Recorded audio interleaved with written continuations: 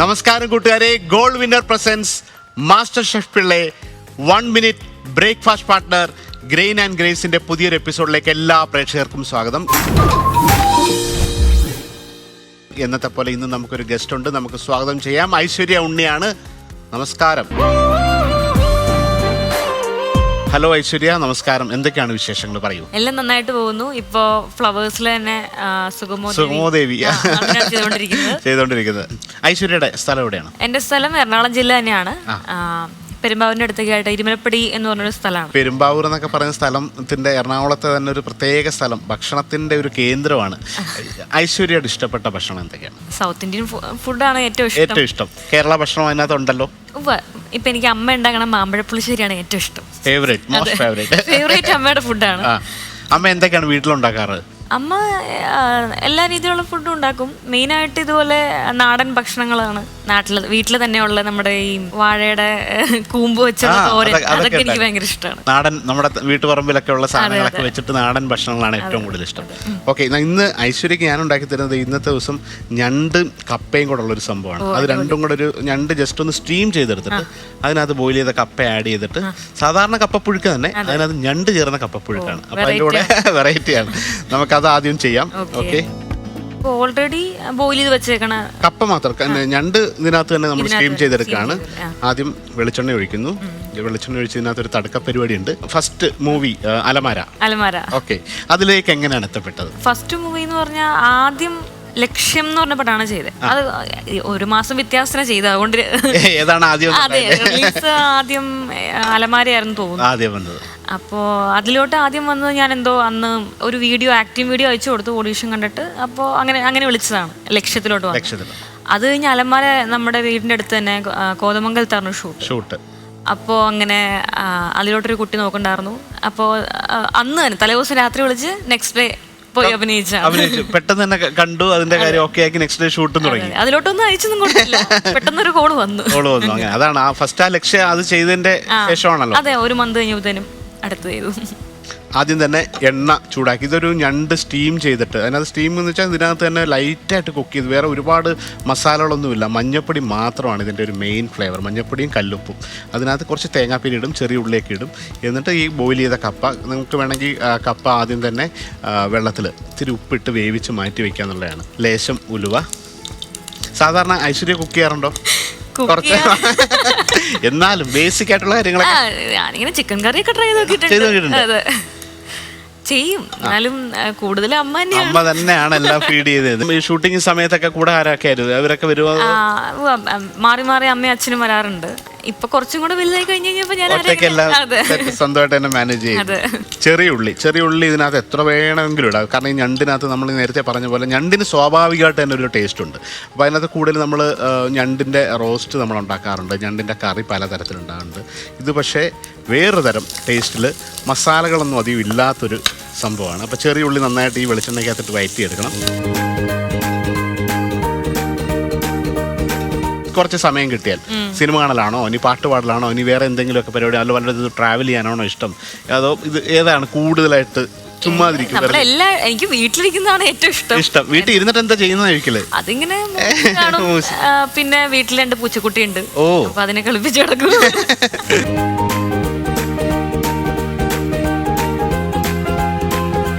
അഭിനയ രംഗത്തേക്കൊക്കെ വന്നതിന് ശേഷം ഇപ്പം ഇതിനകത്ത് കൂടുതലായിട്ട് കാര്യങ്ങളൊക്കെ ഓരോ സിനിമ കഴിയുമ്പം അല്ലെങ്കിൽ ഓരോ സീരിയൽ ഓരോ ലൊക്കേഷനൊക്കെ പോകുമ്പോൾ നമ്മൾ കുറേ കാര്യങ്ങൾ പുതിയ പഠിക്കാം.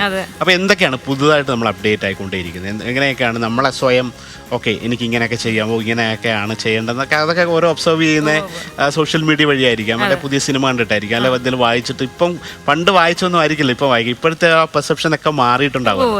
അപ്പോൾ അതൊക്കെ എങ്ങനെയാണ് നമ്മളെ എങ്ങനെയാണ് നമ്മൾ അപ്ഡേറ്റ് ചെയ്തുകൊണ്ടിരിക്കുന്നത്? ഞാനിപ്പോ ആദ്യമായിട്ട് ചെയ്തത് ലക്ഷ്യാന്ന് പറഞ്ഞല്ലോ. അതിൽ വന്നപ്പോ ഒറ്റ ഡയലോഗ് ഇന്ദ്രജിത്ത് ചേട്ടനോട് പറയുന്നുണ്ടായിരുന്നു. അപ്പൊ എനിക്ക് ഞാൻ ഭയങ്കര മീറ്റർ കൂട്ടി ഭയങ്കര ഒരുപാട് ദേഷ്യപ്പെട്ട ഡയലോഗ് പറഞ്ഞു. അപ്പൊ ജീത്തു ജോസഫ് സാറായിരുന്നു ഉണ്ടായിരുന്നത് അവിടെ. അൻസൽ ഖാൻ എന്നാണ് ഡയറക്ടറുടെ പേര്. ജീത്തു ജോസഫ് സാർ ഉണ്ടായിരുന്നു നമ്മുടെ ലൊക്കേഷനിൽ. അപ്പൊ സാർ മോളെ ഇത്രയും കൂടെ ദേഷ്യം കുറയ്ക്കും, കുറച്ചും കൂടെ ദേഷ്യം കുറയ്ക്കും. അങ്ങനെ 7 ടേക്ക് എടുത്തിട്ടാണ് ഒരു ദേഷ്യം. ആദ്യത്തെ ദേഷ്യം അവര് കൂടുതലാണ്. അയ്യോ എന്ത് ഭീകരമായിരിക്കും ആ ദേഷ്യം. അറിയില്ല, അതെ, ഒന്നും അറിയില്ല ചെന്നിരുന്നപ്പോ. അപ്പൊ ഭയങ്കര ഓവറായിട്ട് ദേഷ്യപ്പെട്ട് അതിൻ്റെ ഒരു മീറ്ററും കാര്യങ്ങളൊന്നും അറിയില്ലായിരുന്നു. പിന്നെ ഓരോരോ മൂവീസ് കഴിയുന്തോറും സീരിയൽ കഴിയുന്തോറും ഓരോരോ ഡയറക്ടറുടെ അടുത്ത് നിന്ന് നമ്മൾ കുറച്ചും കൂടെ ഒന്ന് എല്ലാം പഠിച്ചുകൊണ്ടിരിക്കുകയാണ്. ഒന്നും പെർഫെക്റ്റ് ആയെന്ന് അറിയില്ല, എല്ലാം ഇങ്ങനെ ചെറുതായി പഠിച്ചിങ്ങനെ. അപ്പൊ എന്ത് തരം കഥാപാത്രം ഇപ്പൊ സീരിയലൊക്കെ ആകുമ്പോൾ മൾട്ടിപ്പിൾ വില്ലത്തി വരും, ഭയങ്കര പാവമായിട്ടുള്ളത് വരും, അങ്ങനെ സീരിയലിന് വേറെ തരം സംഭവമാണല്ലോ. അപ്പൊ ഏത് തരം റോള് ചെയ്യാനാണ് ഐശ്വര്യക്ക് കൂടുതൽ താല്പര്യം? അത് നമ്മൾ ചിലപ്പോൾ ആഗ്രഹിക്കുന്ന വേഷങ്ങളായിരിക്കത്തില്ല കിട്ടുക, എന്നാൽ പോലും നിങ്ങളുടെ കംഫർട്ടിൽ നിങ്ങൾക്ക് ഏറ്റവും കൂടുതൽ പെർഫോം ചെയ്യാൻ പറ്റുന്ന നന്നായിട്ട് കോമഡി ചെയ്യാം, സീരിയസ് റോൾസ് ചെയ്യാം, അല്ലെങ്കിൽ കുറച്ച് വേറെ പല രീതിയിൽ പോകാം. പോലീസ് ഓഫീസറായിട്ടൊക്കെ ഭയങ്കര പൊസിഷൻ പെർഫോം ചെയ്യുന്ന ആക്ടേഴ്സ് ഒക്കെ ഉണ്ടാവും. സോ ഐശ്വര്യക്ക് ഇപ്പോൾ പുതിയൊരു ഡയറക്ടർ കണ്ടിട്ട് അങ്ങനെയൊക്കെ വരുമ്പം ഏറ്റവും ബെസ്റ്റായിട്ട് നമുക്ക് തോന്നും. ഞാനൊരു ഷെഫായിട്ട് നല്ലപോലെ എനിക്ക് സീ ഫുഡ് കിട്ടിയാൽ പെട്ടെന്ന്, ഞാനൊരു കുക്കാണ്, എന്ത് വേണേലും കുക്ക് ചെയ്യണം. ബട്ട് ഇപ്പോൾ സീ ഫുഡ് ഇപ്പോൾ ചെമ്മീൻ, ലോബ്സ്റ്റർ ഇതൊക്കെ പറഞ്ഞാൽ എനിക്ക് ഭയങ്കര ഇൻട്രസ്റ്റ് ആണ്, എനിക്ക് നന്നായിട്ട് ചെയ്യാൻ പറ്റുമെന്ന് തോന്നും. അതുപോലെ ഏത് വേഷങ്ങളാണ് ഐശ്വര്യക്ക് കൂടുതൽ താല്പര്യം ചെയ്യാൻ? നെഗറ്റീവ് റോളും പോസിറ്റീവ് റോളും ഉണ്ട്. നെഗറ്റീവ് റോള് ഞാൻ ഇതുവരെ ചെയ്തിട്ടില്ല. എനിക്ക് കൂടുതലും നെഗറ്റീവ് റോള് ചെയ്യുന്നത് നല്ല പാടുള്ള പരിപാടിയാണ്. പക്ഷെ എന്നാലും എനിക്ക് കുറച്ചും കൂടെ ഇതുപോലെ ആളുകൾക്കൊക്കെ ഒന്ന് കാണുമ്പോൾ നമ്മളെ ഇഷ്ടം തോന്നുന്ന ഒരു ക്യാരക്ടർ തന്നെയാണ് കൂടുതൽ ഇഷ്ടം. ഇപ്പൊ ചെയ്തേക്കുന്നതും അങ്ങനെ തന്നെയാണ്. ഞാൻ കുടുംബോളക്കിൽ ചെയ്തായിരുന്നു ഒരു ക്യാരക്ടർ ചെയ്തത്, ഭയങ്കര പോസിറ്റീവ് ക്യാരക്ടറായിരുന്നു. അപ്പോൾ അവിടെ നിന്ന് ഇങ്ങനെ നമ്മൾ എവിടെയെങ്കിലും പുറത്തൊക്കെ ഇറങ്ങുമ്പോൾ ആളുകളുടെ അടുത്ത് നിന്ന് കിട്ടുന്ന ഒരു സ്വീകരണവും സ്നേഹവും അത് പോസിറ്റീവ് ക്യാരക്ടർ ചെയ്തിട്ടാണ് എനിക്ക് തോന്നിയിട്ടുണ്ട്. ഏറ്റവും ഫേവറേറ്റ് ആയിട്ടുള്ള ആക്ട്രസ് ഇപ്പോൾ സിനിമയിൽ വന്നു, അഭിനയം ചെയ്യുന്നു. അപ്പോൾ നമ്മുടെ മലയാളത്തിൽ പഴയ തലമുറ മുതൽ ഓരോ കാലഘട്ടത്തിൽ ഓരോ 10 ഇയേഴ്സിലും നല്ല നല്ല മികച്ച ആക്ട്രസ്സുകൾ ഇങ്ങനെ വന്നുകൊണ്ടിരിക്കുകയാണ്. സോ നിങ്ങളെ ഇൻസ്പയർ ചെയ്ത ഒരു ആക്ട്രസ് അത് ഏത് കാലഘട്ടത്തിലാവാം, ഇനി മലയാളമല്ല, ഇനി ബോളിവുഡ് ആയാലോ ഇന്റർനാഷണൽ ആയാലോ, ഏതെങ്കിലുമൊക്കെ കുറേ പേരെ കണ്ടിട്ട് നമ്മൾ ചൂസ് ചെയ്യും, ഇവർ കൊള്ളാം, ഇവരുടെ കഥാപാത്രങ്ങൾ എനിക്ക് ചെയ്യണമെന്നുണ്ട്, അങ്ങനെയൊക്കെ തോന്നിയിട്ടുള്ള ഏതെങ്കിലും ആരെങ്കിലുമൊക്കെ ആരാണ്? എനിക്ക് ചെയ്യാൻ പറ്റുമെന്ന് അറിയില്ല. എനിക്ക് ശോഭന ചേച്ചീനെ ഭയങ്കര ഇഷ്ടമാണ്. ചെയ്യാൻ പറ്റുന്ന ചെയ്താ നാഗവല്ലിയാണ്, നമുക്ക് പറ്റണ കാര്യമില്ല. അതൊക്കെ ഒരു ഭയങ്കര അത്രയും ആക്ടിങ് ലെവലുള്ള ആക്ടറാണ്. അപ്പോൾ ശോഭന ചേച്ചി ഇഷ്ടമാണ്, സമന്തേനെ ഇഷ്ടമാണ്. ഇപ്പം ആദ്യം തന്നെ ഞാൻ പറഞ്ഞു, വെളിച്ചെണ്ണയിൽ ഉലുവയിട്ടു, ചെറിയ ഉള്ളിയിട്ടു, പച്ചമുളക്, ഇഞ്ചി, കറിവേപ്പില ഇട്ടിട്ട് ലേശം മഞ്ഞപ്പൊടിയിൽ ഇങ്ങനെ വയറ്റിയാണ്. ഇനി ഇതിനകത്തിട്ട് ഈ ക്രാബിനെ നമ്മൾ വയറ്റി ഒന്ന് കുക്ക് ചെയ്യും, എന്നിട്ടാണ് ഈ കപ്പ ആഡ് ചെയ്യുക.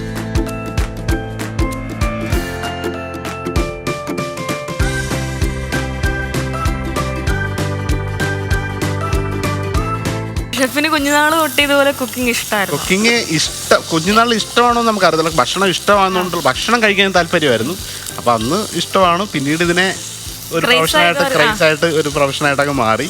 അത് കോളേജ് തൊട്ടാണോ? കോളേജ് അല്ല, അതിന് മുമ്പ് തന്നെ ഞാൻ അധികം പഠിക്കാൻ പറ്റിയിട്ടില്ല. അപ്പൊ ഈ ഒരു മേഖലയിൽ എത്തിപ്പെട്ട് യങ് ഏജിൽ തന്നെ ആഫ്റ്റർ 10th സ്റ്റാൻഡേർഡ് ഈ ജോലിയായിട്ട് അങ്ങ് തുടങ്ങി. അങ്ങനെ ഇപ്പൊ ഒരു 30 years ആയിട്ട് ഇങ്ങനെ ഇതുമായിട്ട് നിൽക്കുകയാണ്.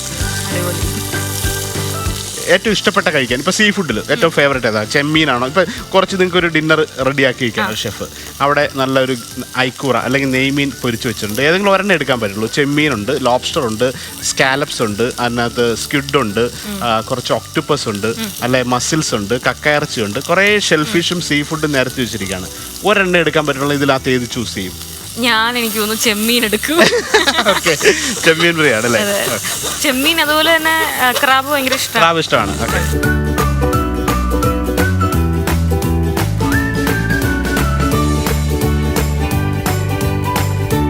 ഇന്ദ്രജിത്തും പൂർണ്ണിമയും കൂടെ പെട്ടെന്ന് നിങ്ങളുടെ അവിടെ അഭിനയിച്ച ഒരാളാണ്, പെട്ടെന്ന് വീട്ടിൽ ഇരിക്കുകയാണ്, അവരിങ്ങനെ കോൾ ചെയ്ത് ഐശ്വര്യ ഞങ്ങളുടെ വീട്ടിൽ വരികയാണ്, എന്തെങ്കിലും ഉണ്ടാക്കി കൊടുക്കണം, സ്വിഗ്ഗി സൊമാറ്റോ ഒന്നുമില്ല, എന്തായിരിക്കും? അപ്പോൾ അവർ വന്ന് എന്തായാലും കൊടുത്തേ പറ്റൂ. അവർ വിളിക്കണം, അതുവഴി പോകുന്ന വഴിക്ക് ഇങ്ങനെ എറണാകുളം വഴി പോകുമ്പോൾ ഇവരുടെ വീടുണ്ടല്ലോ, ശരിയൊന്ന് പോയി കളയാം, നിങ്ങളവിടെ ഫ്രീ ആണെന്ന് അറിയാം, വന്നു, ലഞ്ച് ടൈമാണ്, ഒരു 10 മണിക്ക് കോൾ വരികയാണെങ്കിൽ ഞാൻ 1 മണിക്ക് അവിടെ എത്തും.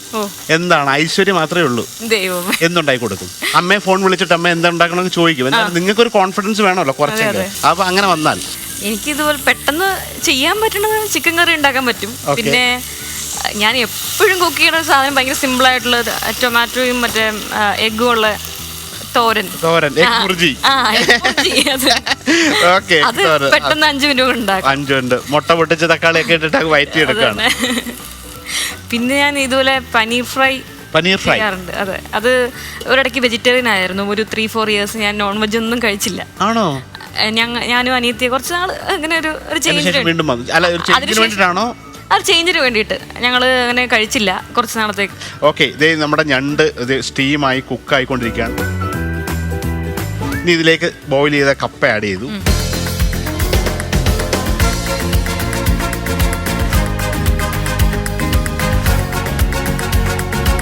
ഇനി അതൊന്ന് ഷെഫ് എങ്ങനെയാ ഈ കോമ്പിനേഷൻ കണ്ടുപിടിക്കണം, ഇതുപോലെ കപ്പയും ക്രാബും കാര്യം? അത് നമ്മളിപ്പോൾ ഒരു ചിത്രകാരൻ, അദ്ദേഹത്തിന് ചിലപ്പം കുറേ വർണ്ണങ്ങളുണ്ടാവും. അത് വെച്ച് ഇങ്ങനെ ആഡ് ചെയ്ത് പല പല പുതിയ അവരുടെ ഇമാജിനേഷനിൽ ചെയ്യുന്ന പോലെ തന്നെയാണ് ഒരു ഷെഫ് കുറേ നാൾ കിച്ചണിലൊക്കെ വർക്ക് ചെയ്ത് മൾട്ടിപ്പിൾ ഇൻഗ്രീഡിയൻസ് ഒക്കെ അവരുടെ കയ്യിൽ കിട്ടും. അപ്പോൾ നമ്മൾ ഒരേ ഇൻഗ്രീഡിയൻസ് വെച്ച് ഇങ്ങനെ കുക്ക് ചെയ്യുമ്പം ഈ ഇഞ്ചി ഇപ്പോൾ ഒരു സിമ്പിളായിട്ട് ഇഞ്ചി ഒരു ഫ്ലേവർ ഉണ്ട്. അപ്പോൾ അത് ഇഞ്ചി നീളത്തിൽ അരിഞ്ഞിട്ട് എണ്ണയ്ക്കകത്ത് വയറ്റുമ്പോൾ അതിനകത്ത് ഒരു രുചി വരും. ഓക്കെ, അതിന് പൊടിയായിട്ട് അരിഞ്ഞിട്ട് ഒരു കറിക്കകത്ത് ഡയറക്റ്റ് ഇട്ടാൽ ഫ്രഷ് ഫൈനലി ചോപ്പ്, അത് ജസ്റ്റ് ഒരു ബൈറ്റ് മാത്രമേ ഉള്ളൂ. കുറെ കഴിഞ്ഞ് വലിയൊരു പീസാണെങ്കിൽ ചിലപ്പോൾ നമുക്ക് അതിൻ്റെ ഒരു വേറെ തരം ഫ്ലേവർ, പൊടിയായിട്ട് ഒരു ഇഞ്ചിയുടെ ഫ്ലേവർ. ഇപ്പൊ നമ്മളൊരു മോരിനകത്ത് ചതച്ചിടുമ്പം ആ ഇഞ്ചിക്ക് വേറെ സ്വാദാണ്, ചായയിൽ ഇടുന്നപ്പോൾ വേറെ സ്വാദാണ്. അപ്പൊ ഒരു ഇൻഗ്രീഡിയന്റ് തന്നെ നമുക്ക് ഏതെല്ലാം തരത്തിൽ തന്നെ മാറ്റാൻ പറ്റും.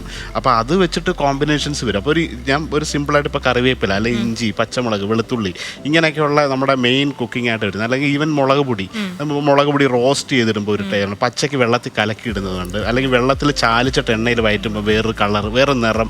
അപ്പൊ ഈ നിറത്തിനകത്ത്, രുചിക്കകത്ത്, അതിന്റെ ടെക്സ്ചറിൽ, ഇതൊക്കെ ഒരേ സാധനത്തിനെ അത് നമ്മൾ ചെയ്ത് വരുമ്പോൾ കുറേ കാര്യങ്ങൾ നമ്മുടെ തന്നെ ഒരു ആക്സിഡന്റ് ഉണ്ടാവുന്നതാണ് ചില സംഭവം. നമ്മളിങ്ങനെ ഇളക്കിക്കൊണ്ടിരിക്കുമ്പോൾ ഓക്കെ ഇതുകൊണ്ടാണ് ഇത് മാറ്റം ഉണ്ടാകുന്നത്. അപ്പോൾ അതിങ്ങനെ കണ്ടിന്യൂസ് ആയിട്ട് നമുക്ക് ആ ഒരു പാഷൻ ഉണ്ടെങ്കിൽ അങ്ങനെ വരും. അപ്പോൾ ആ രീതിയിൽ പല കോമ്പിനേഷൻ, വേർഡായിട്ടുള്ള കോമ്പിനേഷൻ അത് വർക്ക് ചെയ്യും. ചിലത് കൊള്ളില്ല, പക്ഷെ ചിലത് ഭയങ്കരമായിട്ട് രസമായിട്ട് വരും, ചിലത് അടിപൊളി സൂപ്പർ കോമ്പിനേഷനായിട്ട് അങ്ങനെ ഒത്തിരി മാറിയ സംഭവങ്ങളുണ്ട്. അപ്പോൾ ഇതിനെയൊക്കെ മിക്സ് ഇതിപ്പോൾ കുറച്ച് കഴിയുമ്പോൾ ഞാൻ ഈ ഞണ്ടിനെ തന്നെ വേറൊരു മറിനേഷനിൽ ആഡ് ചെയ്തിട്ട് ഇതിനകത്ത് ടോമറിക് ആൻഡ് കർലീവ്സ് ആണ്. ഇനി അത് ചിലപ്പോൾ വെളുത്തുള്ളിയും ബട്ടറിലൊക്കെ ചെയ്തിട്ട് ഈ കപ്പയ്ക്ക് പകരം ചേമ്പായിരിക്കാം, അല്ലെങ്കിൽ കൂർക്കയായിരിക്കാം. ഇതൊക്കെ ട്രൈ ചെയ്താൽ ഡിഫറെൻറ്റ്, നമ്മളങ്ങനെ എപ്പോഴും ഓരോ ഇൻഗ്രീഡിയൻസിനെ മാറ്റിക്കൊണ്ട് എന്തൊക്കെ അവൈലബിൾ ആണോ അതിനെ ഡിഫറെൻറ്റ് മറിനേഷൻ, ഡിഫറെൻറ്റ് ടെക്സ്ചർ. ഇത് വെള്ളത്തിൽ സ്റ്റീം ചെയ്തതാണ്, അത് വേണമെങ്കിൽ ഓയിലിൽ റോസ്റ്റ് ചെയ്തിട്ട് ഇതേപോലെ വേറൊരു പച്ചക്കറി, അല്ലെങ്കിൽ കുറച്ച് ഇച്ചിരി രസമായിട്ട് ചിലപ്പോൾ ബ്രോക്ലിയോ അങ്ങനെയൊക്കെയുള്ള സാധനത്തിനകത്ത് ഒരു എഗ്ഗ്, കോയലിൻ്റെ കാടയുടെ മുട്ടയൊക്കെ പുഴുങ്ങിയിട്ടിട്ട് വേണേൽ വേറൊരു ഡിഷാക്കി മാറ്റിയെടുക്കാം അല്ലേ. ഇതിപ്പോൾ പറഞ്ഞപ്പോൾ ആലോചിച്ച് പറഞ്ഞതാണ്. കപ്പയ്ക്കകത്തേക്ക് ഈ ഞണ്ട് ഇപ്പോൾ ഫ്രഷ് ആയിട്ട്, ഇത് കപ്പ ഓൾറെഡി ബോയിൽ ചെയ്തിട്ടുണ്ട് ഹാഫ്. അപ്പോൾ ആ ഞണ്ടിൻ്റെ വെള്ളം ഇങ്ങനെ തിളച്ചിട്ട് ആ സ്റ്റീം, അതിൻ്റെ ആ ഒരു ഫ്ലേവർ എല്ലാം ഈ കപ്പയ്ക്കകത്ത് ഇപ്പോൾ ഇൻഫ്യൂസ് ആവും. ഇനി ഇതിനകത്ത് നമുക്ക് വേണമെങ്കിൽ അരപ്പൊക്കെ ഇട്ട് ചെയ്യാം. ഇത് അരപ്പൊന്നും ഇല്ലാതെ ഇതിൻ്റെ കുറച്ച് സ്വാദ് കൂട്ടാൻ വേണ്ടിയിട്ട് ഫ്രഷ്ലി ഗ്രേറ്റഡ് കോക്കനട്ടാണ്. ജസ്റ്റ് കുറച്ച് കോക്കനട്ട്, ഇത്തിരി വെളിച്ചെണ്ണ മേല,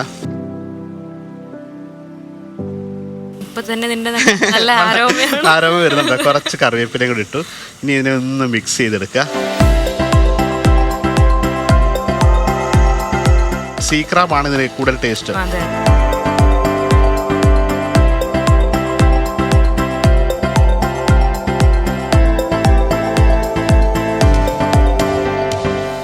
ഇതിന് വേറെ കറിയുടെ ഒന്നും ആവശ്യമില്ല. അപ്പോൾ സാധാരണ നമ്മൾ കപ്പയൊക്കെ ഉണ്ടായി കഴിഞ്ഞാൽ ഒരു മീൻ കറി വേണം, അല്ലെങ്കിൽ ബീഫ് കറി, ഇതിൻ്റെ കൂടെ ഒക്കെ നമുക്ക് കഴിക്കാൻ പറ്റും. ഇത് ഓൾറെഡി ആ കപ്പയ്ക്കകത്ത് മൊത്തം ഈ ഞണ്ടിൻ്റെ സ്വാദും അതിൻ്റെ നീരും അതിൻ്റെ ഒരു മണമെല്ലാം കയറുണ്ടാവും.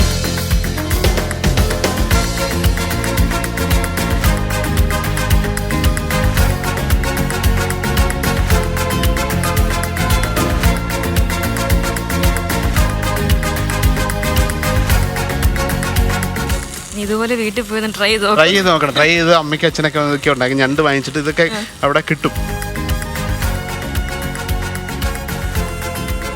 ഇതൊരു കേക്ക് പോലെ ആയിട്ടുണ്ട്, ഒരേ ഒരു പീസാണ്. ഇത് അടിയിൽ നല്ല ഇപ്പോൾ റോസ്റ്റ് ആവും.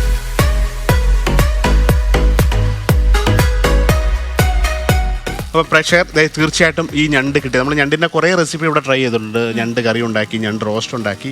അപ്പോൾ ഇത് കടൽ ഞണ്ട് കിട്ടിക്കഴിഞ്ഞാൽ ആദ്യം തന്നെ കട്ട് ചെയ്ത് മാറ്റി വയ്ക്കുക. വൃത്തിയായിട്ട് രണ്ടായിട്ട്, വലിയ ഞണ്ടാണെങ്കിൽ 4 പീസാക്കാം, അല്ലെങ്കിൽ ചെറിയ ഞണ്ടാണെങ്കിൽ 2ആയിട്ട് കട്ട് ചെയ്ത് മാറ്റി വയ്ക്കുന്നു.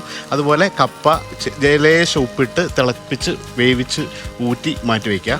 സിമ്പിളായിട്ട് ചട്ടിക്കകത്ത് ലേശം വെളിച്ചെണ്ണ ഒഴിച്ച് ഉലുവയും ചെറിയ ഉള്ളിയും കൂടെ പൊട്ടിച്ച് ഇഞ്ചി, പച്ചമുളക്, അതുപോലെ മഞ്ഞൾപ്പൊടി ഇട്ടിട്ടൊന്ന് വഴറ്റി ഈ ഞണ്ടിനെ, കട്ട് ചെയ്ത ഞണ്ടിനെ ഇട്ട് വെള്ളം ഒഴിക്കാണ്ട് ആ ഒരു എണ്ണയിലിട്ട് തന്നെ ഒരു 2 മിനിറ്റ് നന്നായിട്ട് റോസ്റ്റ് ചെയ്യുന്നു.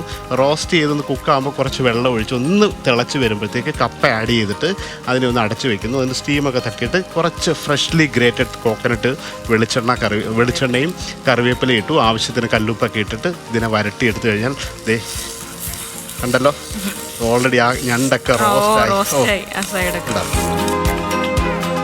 നമുക്കിനി പ്ലേറ്റ് ചെയ്യാത്. ഇവിടെ ഒരു കാന്താരി ചട്നി നിങ്ങൾക്ക് എന്ന് ഒരു കറി പോലും തരണ്ടാന്ന് വെച്ചിട്ട് ഒരു ചമ്മന്തി ഉണ്ടാക്കി വെച്ചിട്ടുണ്ട്.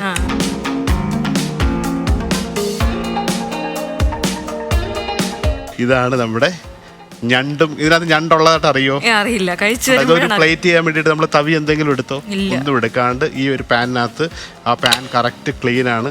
കണ്ടല്ലോ ഈ ഒരു സംഭവം ഇതുപോലെ നമ്മൾ ചെയ്തിട്ട് ഇത് ചെറിയ പോർഷനായിട്ട് ഉണ്ടാക്കാം. എന്നിട്ട് പ്ലേറ്റ് ചെയ്യുക, അല്ലെങ്കിൽ ഇത് സ്പൂൺ വെച്ചാക്കിയിട്ട് ഓരോരുത്തർക്കും ഒരു ചട്നിയൊക്കെ ആയിട്ട് നിങ്ങൾക്ക് വേണമെങ്കിൽ ഒരു ഗസ്റ്റൊക്കെ വന്നാൽ, അത് നേരത്തെ പറഞ്ഞല്ലോ ഇനി ഇന്ദ്രിയത്തും പൂർണ്ണിമയൊക്കെ വന്നാൽ ഇതേപോലൊക്കെ സാധനം ഉണ്ടാക്കി കൊടുക്കണം.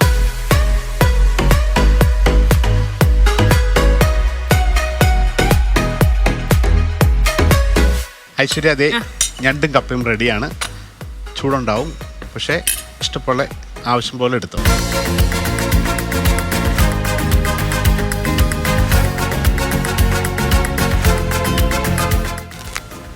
ഓ, ആ സൗണ്ടൊക്കെ അല്ലേ?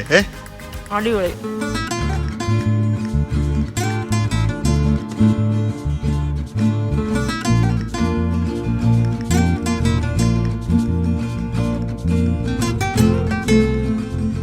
ടേസ്റ്റ് അടിപൊളി കേട്ടോ.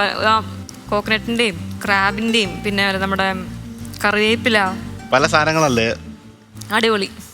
ഈ ഒരു ഷോയുടെ പ്രത്യേകത, നമുക്ക് ഇതിനകത്ത് ഒരു ഗസ്റ്റ് ഉണ്ടാവും. അപ്പോൾ ഗസ്റ്റ് ഈ ഫുഡുമായിട്ട് ബന്ധപ്പെട്ട് അവർക്ക് എന്തെങ്കിലും ഭക്ഷണത്തിനോട് ഒരു ആഗ്രഹമുള്ള ആൾക്കാരാണ് വരുന്നത് ഓരോ എപ്പിസോഡിലും. അപ്പോൾ ഇന്ന് നമുക്ക് തൃശ്ശൂരുള്ള ശ്രുതിയാണ്.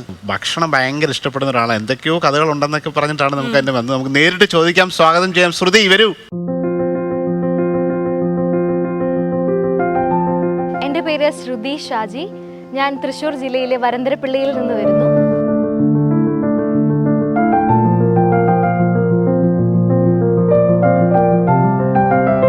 കുക്കിംഗ് എന്ന് പറഞ്ഞാൽ എനിക്ക് ഭയങ്കര ഇഷ്ടമുള്ളൊരു കാര്യമാണ്. ഭയങ്കര സ്നേഹത്തോടെ ചെയ്യുന്നൊരു കാര്യമാണ് കുക്കിംഗ്.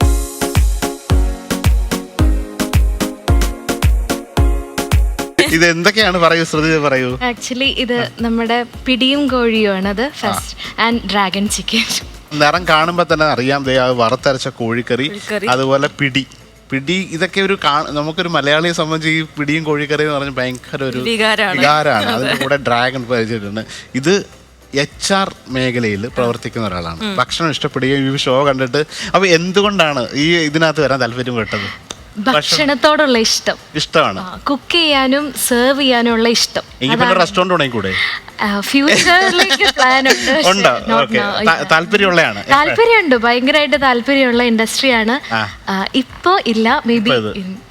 ഭക്ഷണം ഉണ്ടാക്കുകയും വീട്ടിൽ ആളുകൾക്ക് പുതിയ പുതിയ സംഭവങ്ങളൊക്കെ റെസിപ്പിയൊക്കെ ട്രൈ ചെയ്യും. അതെ അതെ. ഇപ്പൊ റെസ്റ്റോറൻറ്റ്സിൽ പോയാലും അവിടുത്തെ ഇങ്ങനെ ഫ്ലേവേഴ്സ് മനസ്സിലാക്കി വീട്ടിൽ വന്ന് ട്രൈ ചെയ്യുക, അതാണ് എൻ്റെ മെയിൻ ഹോബി. ഇപ്പൊ എന്താ പറയാ, സന്തോഷം വന്നാലും സങ്കടം വന്നാലും എനിക്ക് കുക്ക് ചെയ്യണം. കുക്ക് ചെയ്താൽ കൈൻഡ് ഓഫ് തെറാപ്പി. സെയിം ആൾക്കാരാണ്. അതൊരു തെറാപ്പി തന്നെയാണ്. അപ്പൊ നിങ്ങളൊക്കെ അങ്ങനെ പാചകത്തിലൂടെ ഉന്മാദം അല്ലെങ്കിൽ പാചകത്തിലൂടെ ഭയങ്കര അനുഭൂതി നേടുന്ന ഒരുപാട് ആൾക്കാരെ എനിക്ക് പേഴ്സണലി അറിയാം. അത് എനിക്ക് തോന്നുന്നു അതുപോലെ ഒരാളാണിത്.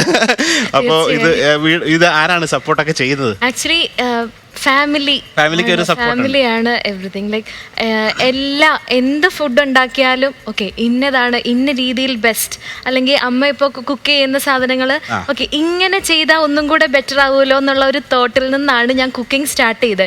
അപ്പോൾ ഒരു കാര്യം എന്തായാലും പറഞ്ഞു, റെസ്റ്റോറൻ്റ് ഒക്കെ തുടങ്ങാം ഫ്യൂച്ചറിൽ. അപ്പോൾ അത് ഫ്യൂച്ചറിൽ ചെയ്തോളൂ. അതിന് മുമ്പ് ഇതിൻ്റെ ഒരു തുടക്കം എന്ന നിലയിൽ ഒരു വീക്കെൻഡ് നിങ്ങൾ വർക്ക് ചെയ്യുന്ന ഒരാളാണ്. ഏതെങ്കിലും ഒരു ശനിയും ഞായറും ഇതുപോലൊരു കോമ്പിനേഷൻ മീൽ ഉണ്ടാക്കി ആദ്യം ഒരു ഫ്രണ്ട്സ് ആൻഡ് ഫാമിലി ഒരു 10 പേരെ വീട്ടിൽ വിളിച്ചിട്ട് റെസ്റ്റോറൻ്റ് ആണൊക്കെ പ്ലേറ്റ് ഒക്കെ ചെയ്ത് സെർവ് ചെയ്ത് തുടങ്ങാം. അപ്പോൾ ആ ഒരു വീക്കെൻഡിൽ മാത്രം ഒരു മെനു ഒക്കെ ഉണ്ടാക്കി നിങ്ങളുടെ വാട്സപ്പ് ഗ്രൂപ്പിലൂടെ ആക്കിയിട്ട് അല്ലെങ്കിൽ ഇൻസ്റ്റാഗ്രാം പേജിലിട്ട് ശ്രുതീസ് കിച്ചൺസ് എന്ന് പറഞ്ഞ എന്തൊരു മെനു, ഒരു 3 കോഴ്സ് മെനു, ഒരു സ്റ്റാർട്ടർ, ഒരു മെയിൻ കോഴ്സ്, മേ ബി ഒരു ഡെസേർട്ട് ഇട്ടിട്ട് 10 പേർക്ക് 20 പേർക്ക് വീട്ടിൽ വിളിച്ച് കൊടുക്കുക. എന്നിട്ട് എല്ലാവരുടെയും ഇങ്ങനെ ഒരു 1000 രൂപ വെച്ച് വാങ്ങിക്കണം. എന്നിട്ട് അത് എല്ലാ വീക്കെൻഡിലും ചെയ്ത് ഒരു 4 ആഴ്ച 5 ആഴ്ച അല്ലെങ്കിൽ ഒരു 3-4 മാസം എപ്പോഴെങ്കിലും മന്ത്ലി വൺസ് ചെയ്താൽ മതി. അങ്ങനെ ചെയ്യുമ്പോൾ തന്നെ ഒരു എക്സ്പീരിയൻസ് ആവും. സ്വന്തം റെസ്റ്റോറൻറ്റ് ചെയ്യുന്നതിൻ്റെ എല്ലാ കാര്യങ്ങളും മനസ്സിലാവും. പിന്നീട് വേണമെങ്കിൽ ഒരു packed meal on weekend, homely food എന്ന് പറഞ്ഞിട്ട് ഇതേപോലെ ഒരു പിടിയും കോഴിക്കറിയും അല്ലെങ്കിൽ നിങ്ങളുടെ അവിടുത്തെ എന്തെങ്കിലും ലോക്കൽ വെറൈറ്റീസ് ഇതൊക്കെ കണ്ടെയ്നറിലാക്കിയിട്ട് ഓൺലി ഫോർ വീക്കെൻഡ്സ് ഇതിനൊക്കെ താല്പര്യമുള്ളവർ ചെയ്യുക. ഇപ്പോൾ കാരണം ജോലി ഉണ്ടായിട്ട് എല്ലാ ദിവസവും ചെയ്യില്ല. ആ എക്സ്പീരിയൻസോട് കൂടി ഇതിനൊരു ബ്രാൻഡ് ക്രിയേറ്റ് ചെയ്യുക. മേ ബി 2-3 ഇയേഴ്സ് അല്ലെങ്കിൽ ഡൗൺ ലൈൻ എപ്പോഴെങ്കിലും സ്വന്തമായിട്ടൊരു സംരംഭകയാവണം. അപ്പോൾ അതിന് മുമ്പ് പെട്ടെന്ന് പോയി റെസ്റ്റോറൻറ്റ് ആദ്യം തുടങ്ങരുത്. അത് തുടങ്ങാൻ ഒത്തിരി കാര്യം ഇത് കാണുന്ന ഒരു രീതിയിലല്ല. അപ്പോൾ ഇതുപോലൊരു മേഖലയിലൂടെ ചെറുതായിട്ട് ചെയ്തു കഴിഞ്ഞാൽ ഡെഫിനറ്റ്ലി ഒരു ദിവസം ഈ പറഞ്ഞ ഡ്രീമൊക്കെ വരും അല്ലേ? നമുക്കിതേ ശ്രുതി ഭയങ്കര സന്തോഷത്തോടെ ഉണ്ടായിക്കൊണ്ടുവന്ന 3 വിഭവങ്ങളാണ്. ഐശ്വര്യമായിട്ടാൻ കഴിച്ചോ? ഞാൻ തന്നെ ട്രൈ ചെയ്യണം. ഞാൻ ട്രൈ ചെയ്യും. എന്തായാലും ആദ്യം ഒരു കഷ്ണം പിടി കഴിക്കുക, എന്നിട്ട് ആ കോഴിക്കറി കഴിക്കുക, പിന്നെ അതേ ഡ്രാഗൺ ചിക്കൻ ആണ്.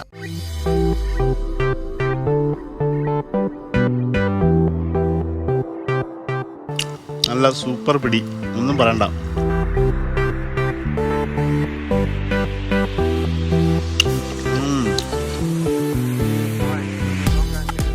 വറുത്തരച്ച കോഴിക്കറി, അടിപൊളി കറി. ഇത് ഷോ അല്ലെങ്കിൽ ഞാൻ ഫുള്ള് വെച്ചനെ പകുതി എടുത്ത് ഈ ചിക്കൻ കറി അതിനകത്ത് വെച്ച് പെരട്ടി ഒരു കഴി. ഇതൊരു അടിപൊളി കോമ്പിനേഷനാണ്.